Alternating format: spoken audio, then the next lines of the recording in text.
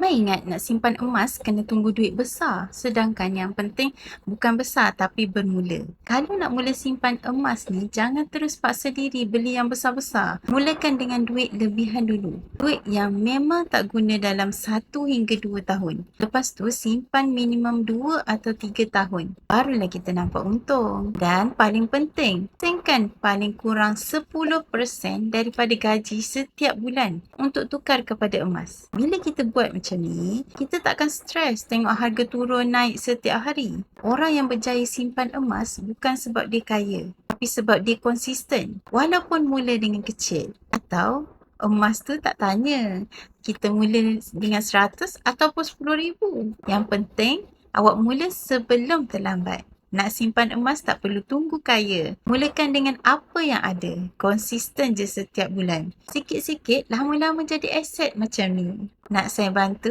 Saya akan bantu sebaiknya.